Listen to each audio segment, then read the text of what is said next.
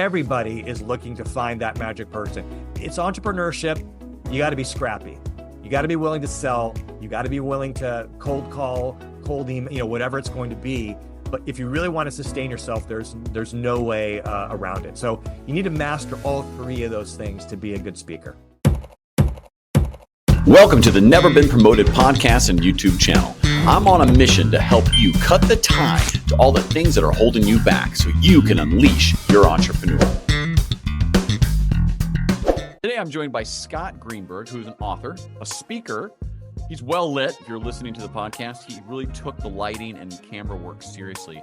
But Scott, why don't you just introduce yourself? Yeah, thanks a lot. So I work as a speaker, writer, and a coach, and I help business people perform at a higher level. So it started off years ago just doing motivational speaking, talking to people about resilience and peak performance, that kind of thing. And it evolved over the years. And then for 10 years, while still doing that, I was a multi-unit franchisee with edible arrangements. I wanted some real world experience instead of just talking about theoretical stuff. And of course, I wanted more money. So did that for 10 years. And the speaking then evolved to a lot of speaking in the franchise industry. So about 70% of what I do is in the franchise industry. But I'm interested in the human side of business, how people think, how they lead, and how they serve. So everything I do in some way is connected to that. What was the name of your first book? You shared that as well. First book is called The Wealthy Franchisee, Game-Changing Steps to Becoming a Thriving Franchise Superstar.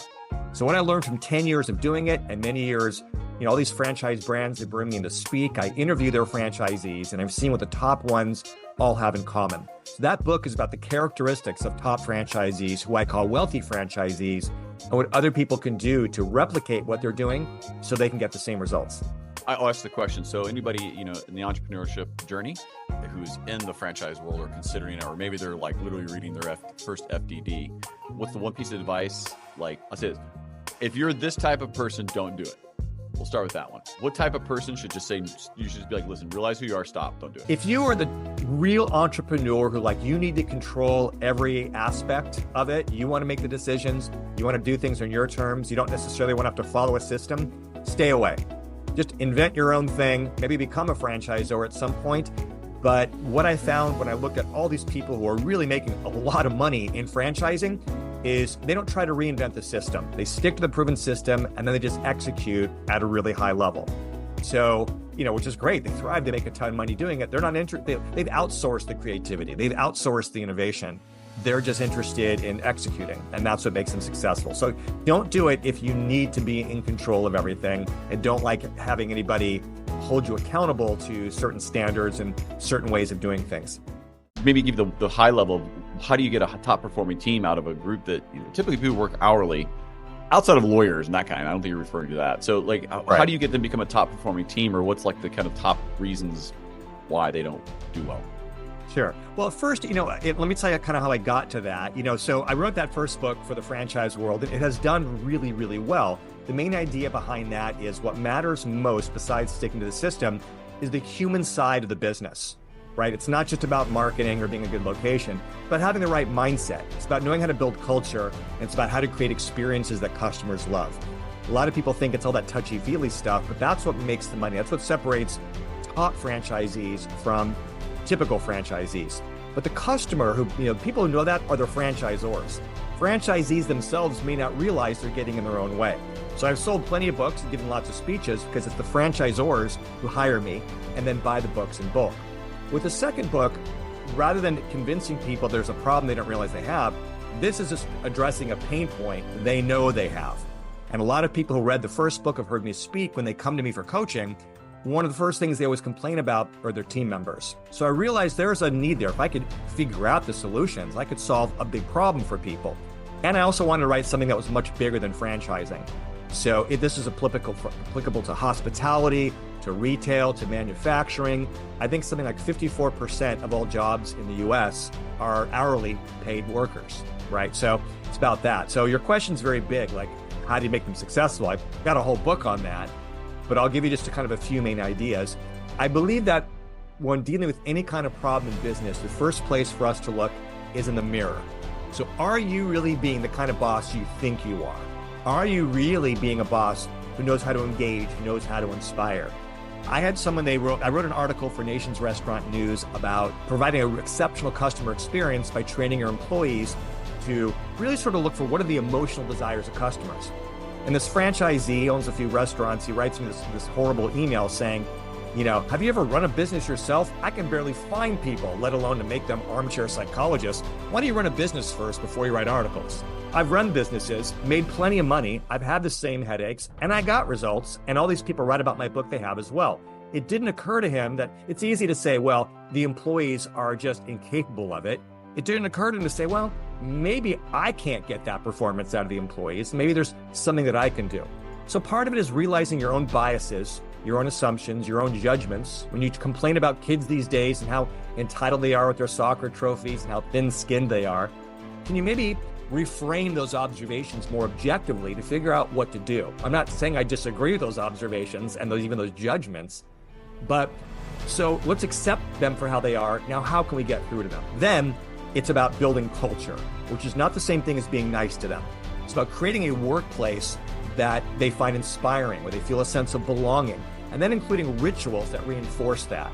There's a lot of things that are there. I mean, I could go on and on. Like I said, I could write a book. I did write a book about it, but it's much more about that human side. It's not just about what they get. It's about how they feel. So you're not going to solve the problem by throwing money at it.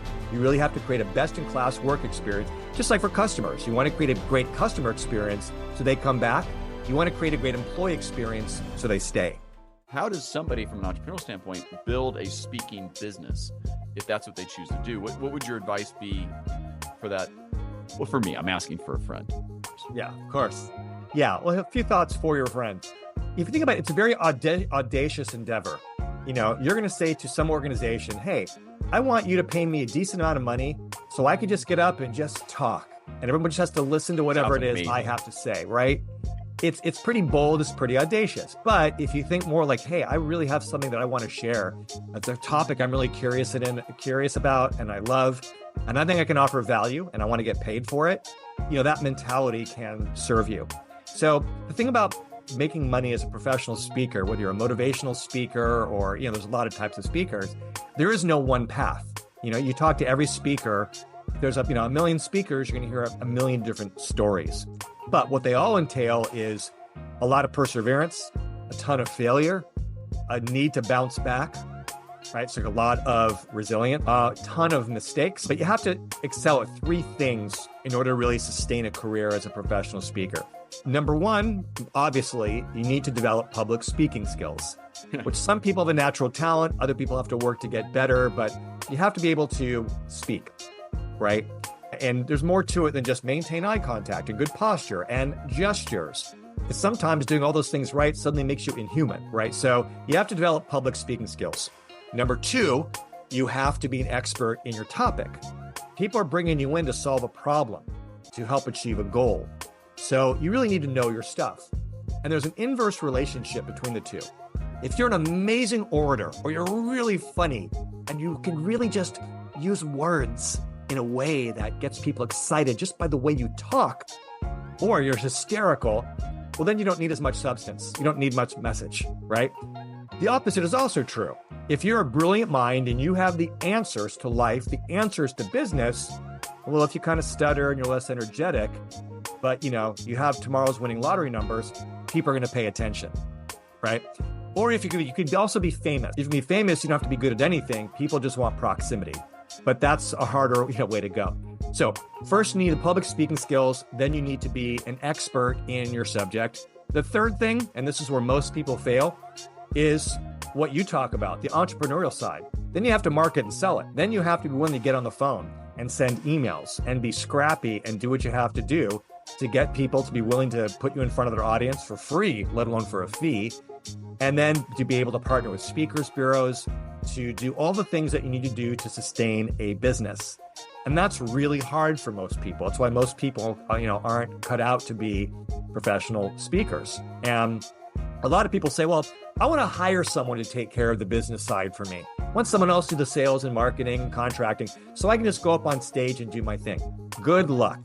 Everybody is looking to find that magic person. It's entrepreneurship. You got to be scrappy. You got to be willing to sell. You got to be willing to cold call, cold email, whatever it's going to be. But if you really want to sustain yourself, there's no way around it. So you need to master all three of those things to be a good speaker.